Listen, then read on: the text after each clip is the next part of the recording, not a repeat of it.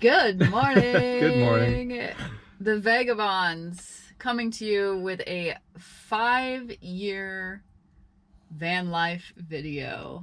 It's officially been 5 years, 6 years since we bought our original van, but 5 years since we ended up being full time. Before we begin, may I have some coffee, Oh, please? sure. First? I'll do it off camera because I spill it. Oh, he does feel it. Oh, Hey. actually, you did it that time. One thing I want to quickly mention before we get going here is Dave's been carving up a lot of spoons. They're going to be on for sale on the website right now. So head over to carryonvagabond.com and hopefully, if you've been hoping for one, there's one over there for you.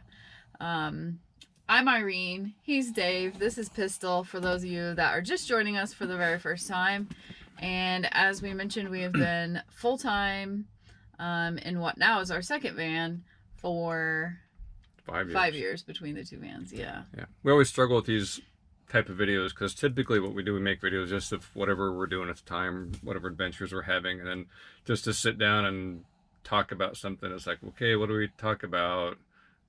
And what order do we talk about it? So we just wing it. So that's we don't know, and so this is going to be another random. We don't know where we're going to this, other than we'll talk about 5 years and what it's been like and good, bad, whatever we're going to talk about. Yeah, I think we should, for those that are just joining us for the first time, we're going to talk about kind of how we got started and how that happened. And for those of you who've already heard this, you can fast forward because you've been through this before. But we bought our first van 6 years ago, and it was a Roadtrek Zion SRT.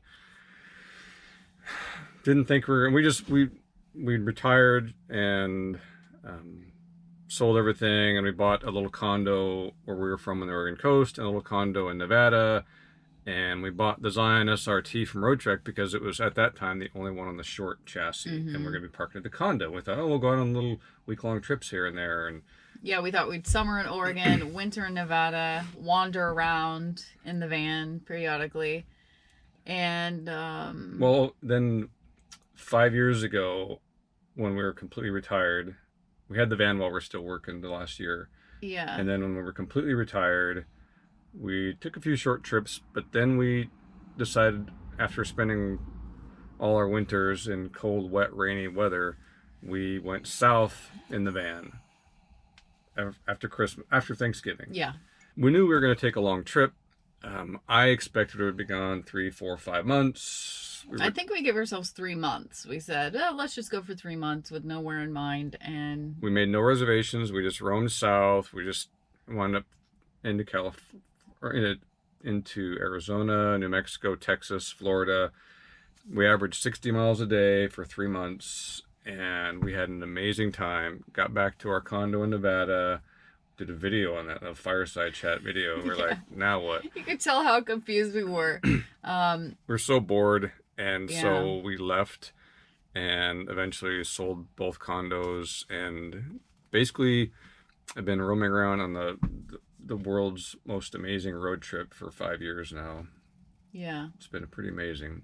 It has. A lot has happened in those 5 years, and I have been going through video footage of those 5 years, of what I can find, and it's been incredible to look through all that footage. We've done some amazing things. We've been through all the lower 48 states, sometimes, well, many more than once. Sometimes 6 or 7 times through some of them. Yeah. Across Canada twice. We've seen 5 provinces there. Yeah, it's been pretty amazing. And she mentioned she's going through some of the videos for the last 5 years. And she's putting together next week's video, which is going to be a video montage. It's going to be like 3 minutes long of just short little clips from, she just spent hours going through videos and just kind of grabbing little nuggets of adventure and putting them into this really cool video. And she's almost done with it. And I mean, I watch it and I almost get emotional because it's like a reminder of the amazing things we've done. So make sure you see the video next week because it's going to be pretty cool. It's going to be similar to, we have a little trailer video. If you go to our YouTube channel, there's a little trailer video. It's the first 6 months in 126 seconds. 136 seconds. Excuse me. And that one, our son who's into video and editing, that's his business. He, without us knowing it, went through all of the first videos in our first 6 months and captured little nuggets and made this little video. And it's a pretty cool video. So my video is inspired by that video. Nowhere near as great, but it's been really fun to look through. One thing that's interesting how we took off in the van is we did not watch YouTube videos. We didn't even know, we ended up getting the camper van because as a kid, my grandparents had a camper van or Class C RV, and they just used it as their daily driver. We never went camping in it, but I thought how cool it was as a kid to load up in the camper van, go to the grocery store, but they had like the fridge full of soda. They had like bags of candy on the back of the seat. That's why we bought a camper van. Yeah. So we didn't know there was a thing as van life or full-time RV. That wasn't really something we even knew about. We were just, it was going to be our daily driver. And I used to do a lot of camping, a lot of tent camping and a camp trailer, took the kids camping. And so I thought we were just going to, have some fun in our daily driver, but that kind of changed. Yeah. So without doing any research, we just took off. And we definitely have learned a lot. But trial and error. Yeah, and we're still bumping along. We still don't watch YouTube videos or how-to videos. We just like to... It's kind of been an evolution that I've really liked. I think we've met a lot of people that have, and there's nothing wrong with it, but have watched all these YouTube videos and van life people, and they're inspired by it, and they want to go do that. And then... so I like the fact that we just kind of bumbled into it and kind of found our own way. That's our way though. Like we're not research people and it would take the joy out of it for me because I like the spontaneity. Yeah, that's a hard word right? for me. Spontaneity. I wanted to say it, but I didn't think it would come out right. Yeah, I'm not a planner. Definitely not a type A in that department. And luckily neither are you. Because we would always have to defer to the planner, but it's made for very interesting and adventurous 5 years. And we do get a lot of questions from people asking, they really want to do the van life thing and go full time, but they have a house and they're just not sure how to jump in with both feet, get rid of all their stuff. And I don't think we would actually recommend they do that. Right. No, I think if you want to experience this life, you should find a way to do it. If you don't have to sell your house or whatever, just to see because a lot of people, you watch all the YouTube videos and then you think that you're going to have that life and you get there and it's not something you enjoy. Mm-hmm. So, if the only way to do it was to sell everything, I would probably still do it because I don't want to be older and look back and go, I didn't even give it a shot. Because what's the worst that can happen? You give it a shot and then, right. Sell your van, go back, find a way to do it would be my way of doing it because I'm that way. I want to experience everything I can in life and I don't want to be, stopped by fear or have to have a safety net, but that's, it's an individual thing. Yeah. Speaking of safety net, I want to touch on, a lot has happened in the last few years and we were without a house during the pandemic and only had the van, and we were in the process of selling our old van and acquiring our new van. So there was a lot of transition going on there. And we were fortunate enough to stay with friends in Palm Coast, Florida. They took us in for like 6 months. And but it really did, after not having a home base for so long, and then that happened, it kind of changed our perspective on that subject. It was the first time I ever thought I still wish I had a home base. Just because we were just kind of bumbling around. Carefree. And, whatever happens. Careless. But I felt like I wished I still had a home base, someplace I could go back to and store things and, like toilet paper. Right. And when you're in a van, you only buy like a 4-pack at a time. Yeah. Let's be real here. Hard to stock up on that sort of stuff. So more on that in the future, but I think there may be something like that coming down the Yeah. pike, but I don't think it's something that we would stay at. So Yeah, our nothing. channel wouldn't change or anything. But it did definitely get us thinking that maybe Hey, we should have some sort of security. I mean, if the van broke down, you know, or we were Yeah. in a car accident or something, it would just definitely be a little peace of mind for us. So what else we talk about? Well, how have we made this work for 5 years? I don't know. It's a small space. Very small space. Our first van was overall exterior length is 19.5 feet, but that's the engine and the cab, and so it's a very small living space for two people to be with each other 24 hours. This a one's day. a luxurious 22 feet. Yeah, almost 22. Yeah. It's massive.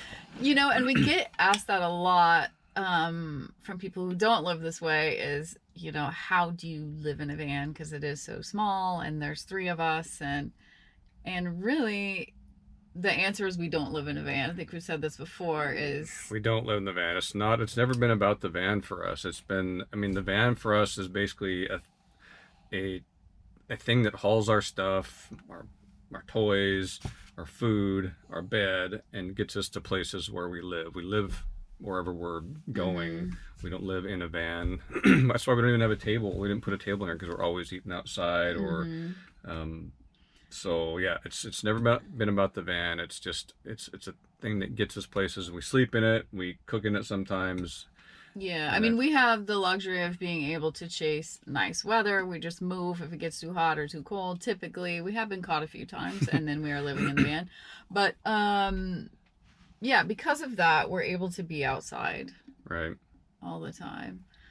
It would definitely be harder if we had to be stationary for a job or something, and we were not able to be outside as I much. think we're blessed to be each other's best friend, and we love being together, and we're together all the time. So it was really a big experiment when we got into the van at first, because you had worked full-time, I had worked full-time, opposite, kind of, basically.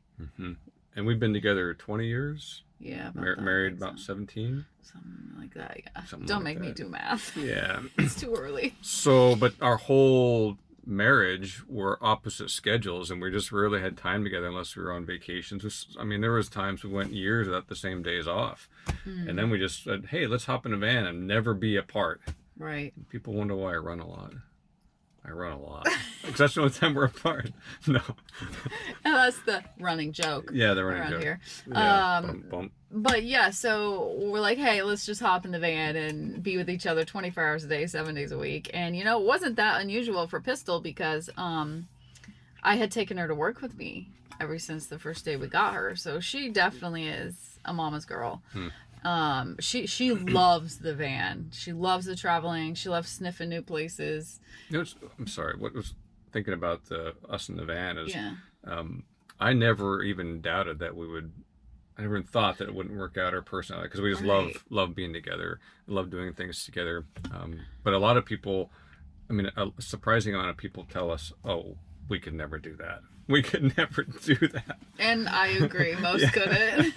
We're just both easygoing, and I don't really see what conflict could arise, honestly, No. because nothing has. No, we've Yet in 5 years, 5 we've years. not fought about anything. Never So no, a lot of respect. I think that's the key to a good relationship, is we just both respect each other a lot. And we're going off topic here, aren't we? yeah, I mean, I just can't think of anything to argue about, really. No. I mean, he knows if I'm trying to learn something new on the computer, he needs to be outside for that, because I get really frustrated. She needs a Snickers. Just little things like that. We both know each other so well, so we just, you know, it just makes it easy living. We could live anywhere, I feel like.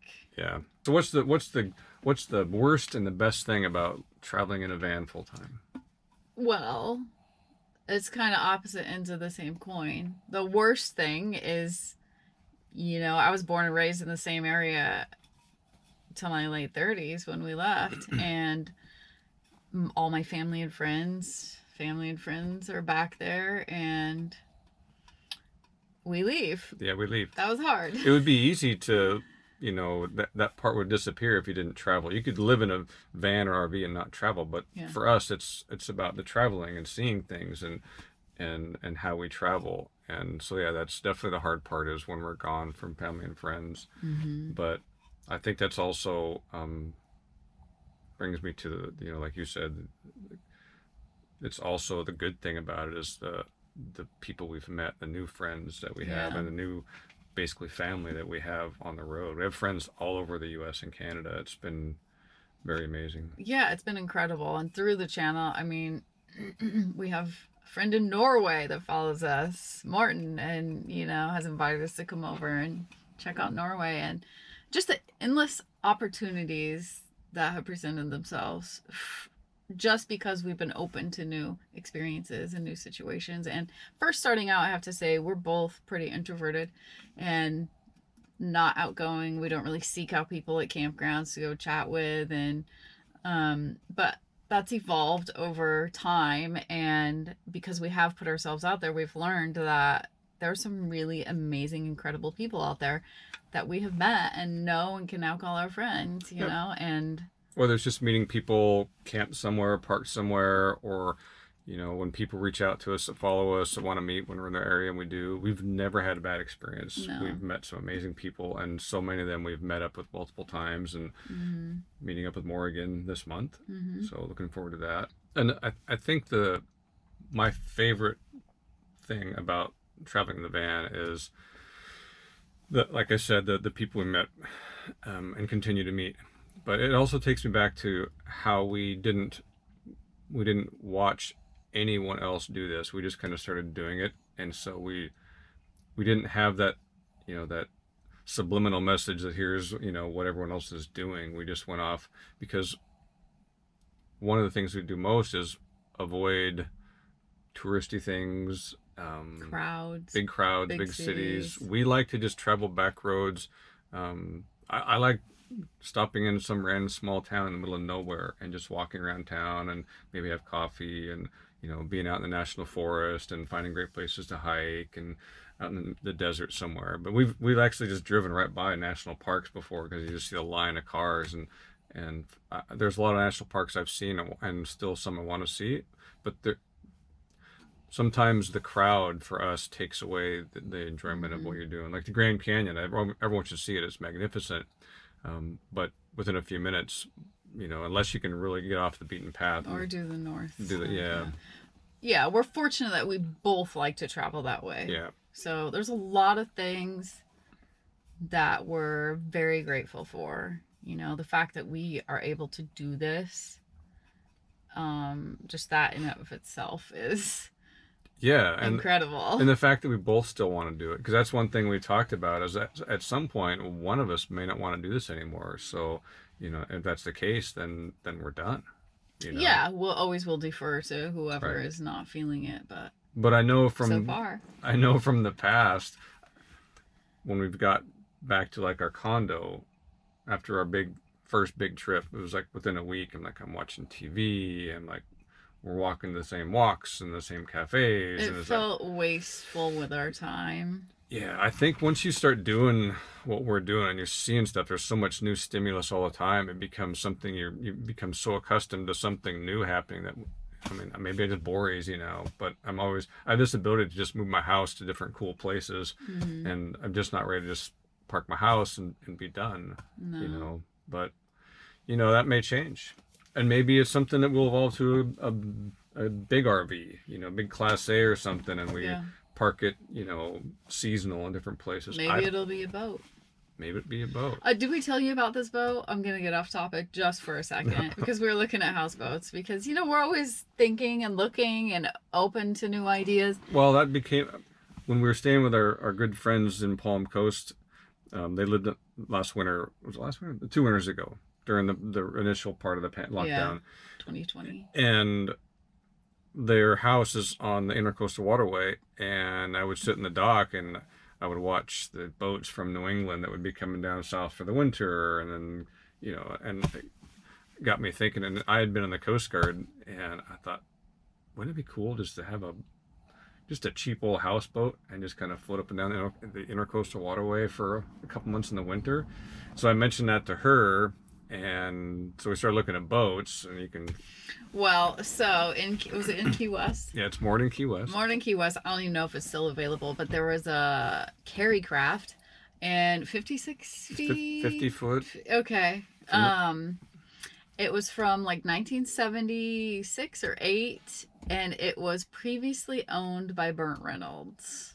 And it was like shag carpet, had pictures of Bert and Sally. Yeah. It was great. She wanted so bad. It was like, let's just sell everything and buy this van, buy this boat. Doesn't that sound awesome though? That may be something that happens. I don't know. Yeah. So looking ahead, we don't really know, whatever it is, it's going to be an adventure. We have some loose ideas about next summer. We'll share those more as we get those firmed up. Of course, they won't really be that firm. It'll just be us getting in the van and driving. But, firmish. So we're just very thankful, and we're thankful to all of you for watching and also sharing and commenting, your life with us. Like, we really love that interaction. I'm sorry. Those that some of you have been commenting on videos since the very beginning, and we feel like we know you. We're friends with so many of you that we've never actually met yet.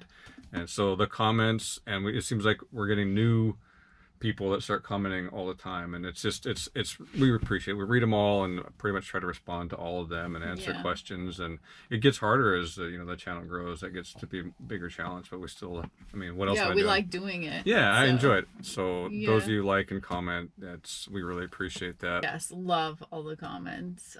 Also, thank you to our Patreons. We have a very small group over there.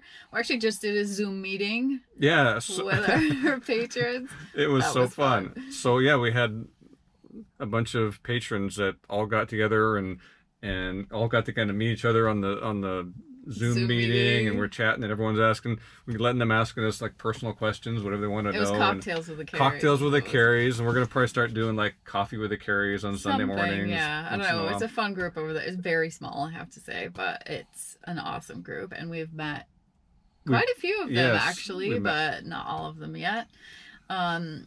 So we just want to say thank you, and this was just a short, probably not so short by the time this is done, recap and our thoughts.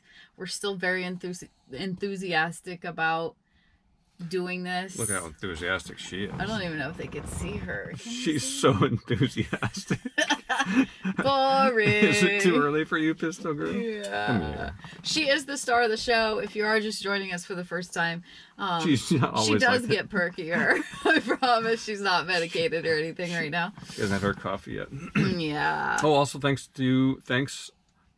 for all of you that shop on our website, like through our Amazon links. That really helps the channel. We appreciate that. Yeah, too, it does. so. We get a percentage of the sales, and that helps with gas and all that kind of stuff. So, and that's especially with the prices right now. This last trip across the continent, we've crossed the continent in 5 years. We've crossed it east-west 13 times between the U.S. and Canada in different areas, and some same areas. Yeah. This last trip was a little bit spendy with the gas prices. So, yeah. Yeah, it was. So we're rambling. Next Sunday is going to be the montage video, 5-year recap situation. And then coming up, we are meeting some friends from Oregon at a manatee swim. And I'm really excited about that. I don't know exactly what that entails, but we're going to go do that over in Crystal River. And it'll be fun to see our friends from Oregon. And then we're just going to be bobbing around. So... bopping around like we do. Yeah. No real plan. We'll see you down the road. Carry on. Carry on.